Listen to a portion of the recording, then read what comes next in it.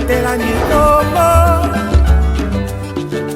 Yawe, Yawe, benisa mikombo. Yawe, Yawe, batela mikombo.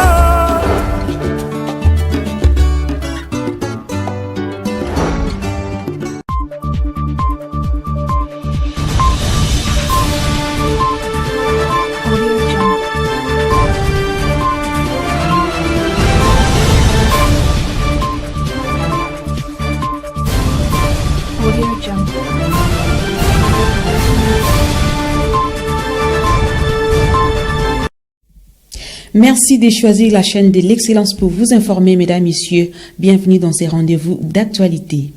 Bonne nouvelle pour les vacanciers et vacancières. Mabanière Télévision vient de mettre en place un programme qui va les accompagner tout au long de cette période des vacances. Il s'agit de la tranche d'animation Vacances Show. Alors, qu'en est-il de la philosophie de cette tranche d'animation? Les détails, c'est dans cet élément. Suivez. Mabanière Télévision a un programme de plus. Il s'agit du magazine Vacances Show. Cette nouvelle émission va accompagner les vacanciers et vacancières pour une période qui va du 22 juillet au 30 août de l'année en cours. Qu'en est-il de son objectif? Le directeur de programme de Mabanière Télévision et FM, Chambouy Batoubenga, reçu par l'une des présentatrices de ces programmes spéciaux, Liliane Kwengo, a répondu à cette préoccupation. Sécurité pour les Arabiens. Et c'est ngeli que baoui basala kama kambwana bazala. Acteur. Acteur. Mais la police vit avec nous tous les jours. Pendant ce laps de temps des vacances. Bana nabiso to intériorisé par une bango, to c'est la promotion de la paix. Il n'y a pas de paix s'il n'y a pas la sécurité. Parlant du contenu, Chambouy Batoubenga revient. Nous devons accompagner nos institutions. Cet accompagnement, et c'est ce qu'on a dit, Assemblée provinciale, sécurité. Bisomoko population, sécurité. Le nouveau gouverneur parle, sécurité. Nous disons non, nous devons jouer notre partition. Donc, pendant ces vacances, pour la paix, ça nécessite que nous tous, nous puissions contribuer à la sécurité. Vacances Show sera diffusé tous les jours impair, nous confirme le directeur de programme. Tomani les lots. Donc durant ce mois et même les mois prochains, parce que tu as clôturé les 30 août. Mais tu as dit que pendant ces vacances, tu as occupé Bango. Baye, Bango P, Bazaba acteur. Ce que moi on a vendu dans vacances sur la télévision, à Zolanda, il comprend non, il a aussi une part à jouer de façon que qui n'est là. Tozo les la kuluna, tozo les la miyibi, tozo les la boyna bomé. Moko na moko katina biso a joué rôle naie pour que qui n'est ezala. Et dans l'actualité nationale, débuté le dimanche 21 juillet 2024, le séminaire du gouvernement central s'est clôturé le mardi 23 juillet de l'année en cours. Ces assises avaient pour objectif de changer les expériences afin de consolider la cohésion et l'harmonie au gouvernement central pour l'implémentation du programme de ces gouvernements. Suivez. C'est le pacte d'engagement citoyen pour la cohésion et la solidarité gouvernementale et le thème principal qui a fait l'objet de ces assises des 3 jours.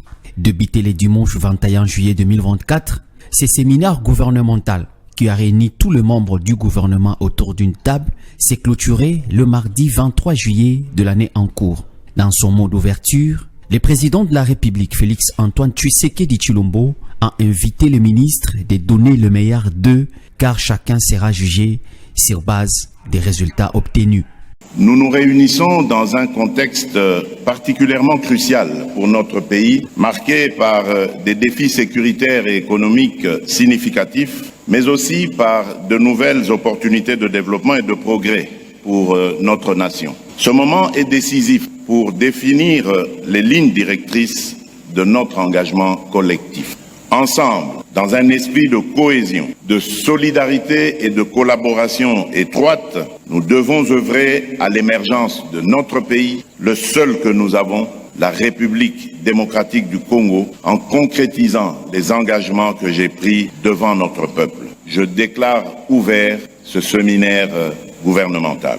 Le vice-premier ministre, le ministre d'État, les ministres délégués, Les ministres et vice-ministres et autres autorités, notamment la première ministre Judith Touloukassouminois, tous ont pris part à ces assises. Dans son mot de clôture, lu par la chef du gouvernement, Félix Tshisekedi convie les participants à la bonne application des matières acquises. J'ai suivi de près vos activités et je sais donc que vous avez passé des jours intenses, échangeant des idées, débattant des enjeux cruciaux qui touchent notre nation. Ce séminaire a été un moment de réflexion, de partage et d'engagement. Et je suis convaincu qu'il aura un impact significatif sur notre action collective. En tant que serviteurs de la nation, nous avons la responsabilité et l'impérieux devoir d'offrir de nouvelles perspectives de paix, de stabilité et de prospérité à notre peuple. Ensemble, je nous invite à marquer positivement l'histoire de notre pays en accélérant sa transformation et son émergence, en garantissant le mieux-être de nos compatriotes.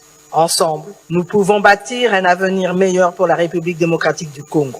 Je compte sur chacun de vous pour faire preuve de détermination, de dévouement et de discipline dans la réalisation de nos objectifs. Sur ce, je déclare clos ce séminaire gouvernemental. Pour rappel, ce séminaire gouvernemental a ouvert ses portes le dimanche 21 et s'est clôturé le mardi 24 juillet de l'année en cours. Autre actualité nationale, le ministre d'État, ministre de la Justice et garde des Sceaux, Constant Mutamba, a au cours d'un briefing de presse tenu le mardi 23 juillet dernier à Kinshasa, fait l'état de lieu de son ministère sous demande du chef de l'État, Félix-Antoine Tshisekedi Tshilombo. Suivez les détails. Il nous a assigné un certain nombre de missions claires. C'est de faire l'état des lieux du secteur de la justice qualifié de malade. Et ensuite, proposer une grille d'action qui pourront répondre aux attentes non seulement du chef de l'État, mais aussi surtout de notre population. Ça veut dire que nous avons été à la recherche de la thérapie, de produits, médicaments qui pourront éventuellement aider à guérir cette justice qualifiée de malade. Et pour ça, nous avons identifié un certain nombre de priorités et c'est pourquoi nous nous sommes attelés très rapidement à travailler sur un certain nombre d'initiatives, de projets, des textes qui tendent évidemment à protéger les entreprises, services, établissements publics des saisies intempestives et barbares de leurs comptes, mais aussi nous avons travaillé sur un texte qui institue ce qu'on appelle en droit comparé la caution judiciaire, mais dans notre droit c'est la consignation des frais. Le chef nous avait dicté de travailler sur ces deux textes en urgence, lesquels ont été adoptés au dernier Conseil des ministres. Nous sommes également attelés à travailler avec les huissiers de justice pour mettre en place une commission mixte qui devait désormais toiletter le processus d'exécution des décisions de justice. Nous avons également créé le sceau de l'État. Nous avons déjà d'ailleurs commencé à les livrer au niveau de différents services, au niveau national, mais désormais, plus aucun service de l'État ne devra utiliser un sceau fabriqué à Gambela ou fabriqué à Zambie. Nous sommes également attelés à moderniser les services de l'administration. D'abord, en bancarisant tous les frais de justice. La commission a fini son travail.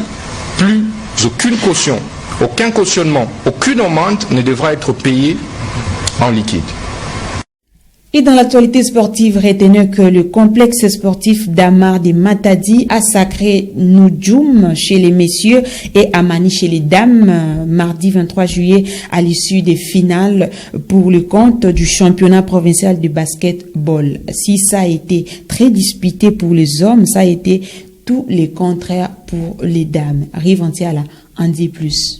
16 paniers de différence ont sanctionné la finale messieurs entre l'ASB Nujum et l'ASB Onatra. Le score de 63 contre 47 a permis à Nujum de monter sur la plus haute marche du podium du basketball en province. Avant d'atteindre l'ultime étape du championnat provincial de la discipline, les finalistes ont dominé en demi-finale lundi 22 juillet par 53 points à 47 pour Nujum face à Okapi et par 85 paniers à 71 pour Onatra, opposé à Amani. Peu avant la finale, le même mardi 23 juillet, la petite finale pour désigner le 3e du championnat provincial s'est soldée par 51 à 48 en faveur de Okapi, aux prises avec Amani. Si à l'arrivée, la finale messieurs a sacré Nujum, elle a sacré Amani dans la version féminine, vainqueur de Hammers dans les 2 manches. Au retour par 69 contre 3 et par 63 points à 11 à l'aller. Il est à noter que les 4 finalistes pour les 2 versions, Nujum, Onatra, ainsi que Amani et Hammers, sont directement qualifiés pour la prochaine compétition nationale de basketball. Retenez également en sport que la République démocratique du Congo est représentée par 6 athlètes dans 4 disciplines aux 12e Jeux olympiques qui se déroulent à Paris, dont la cérémonie officielle est prévue vendredi 26 juillet 2024, nous fait savoir Jamsi Ngoy. 2 disciplines, le football et le rugby à 7, ont ouvert les Jeux olympiques de Paris ce mercredi 24 juillet, 48 heures avant la cérémonie officielle prévue vendredi 26 juillet. À savoir, pour la particularité, ce sera pour la première fois de l'histoire des Jeux d'été que la cérémonie d'ouverture interviendra hors une enceinte sportive. En ce qui concerne la République démocratique du Congo, pour cette 12e édition des Jeux olympiques, elle est présente à Paris avec 6 athlètes dans 4 disciplines. Avant leur entrée en compétition, les Congolais ont été reçus par l'ambassadeur de la RDC à Paris, Émile Ngoï Kasongo. Au cours de leur échange, le patron de la maison congolaise en France leur a prodigué des sages conseils en vue d'une bonne prestation au JO. C'est déjà une victoire, a-t-il dit. Pour la petite histoire, en rapport avec les Jeux, le judoka congolais Arnold Kisoka a porté la flamme olympique le mercredi 17 juillet dernier avant de la passer à la championne de tir arménienne Elmira Karapetian, en présence du ministre des Sports de la République démocratique du Congo Didier Boudimbu et son homologue français. Ces JO représentent une 9e participation pour la RDC pour aucune médaille gagnée. Et dans l'actualité internationale, retenez que après la tentative d'assassinat de Donald Trump, Kimberly Shettle, la directrice du Secret Service américain, a reconnu que ses agents avaient été alertés à plusieurs reprises de la présence d'un suspect sur les lieux du rassemblement. Elle n'a pas eu d'autre choix que de démissionner, nous fait savoir nos confrères de TV5 Monde. Lors des comptes pour la directrice du Secret Service chargée de la protection des hautes personnalités aux États-Unis, Kimberly Shettle convoquée à la Chambre des représentants 9 jours après la tentative d'assassinat de Donald Trump. L'audience est pour les Américains en quête de réponse. Elle reconnaît un échec opérationnel, le pire depuis des décennies. Le 13 juillet dernier, nous avons échoué. Shettle dit assumer et promet que cela ne se reproduira pas. Mais républicains et démocrates attendent des réponses précises. Combien de fois le Secret Service a-t-il été alerté d'une personne suspecte au meeting du 13 juillet, avant le premier coup de feu ? Je n'ai pas de chiffre exact à partager aujourd'hui, mais d'après ce que j'ai pu discerner, il y a eu une forme de communication entre 2 et 5 fois au sujet d'un individu suspect.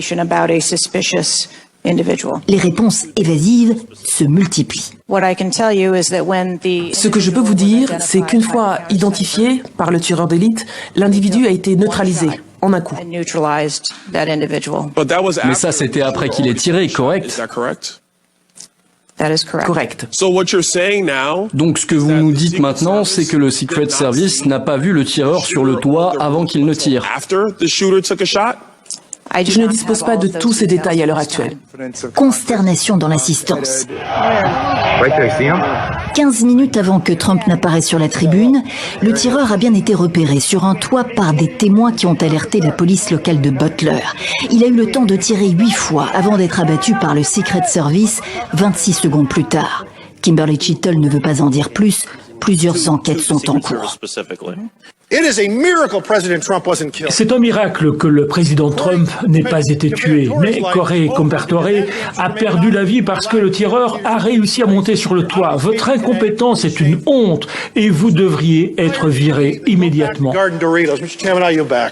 L'intéressé rejette les appels à démission des deux côtés de l'échiquier politique avant de s'y résoudre finalement ce mardi.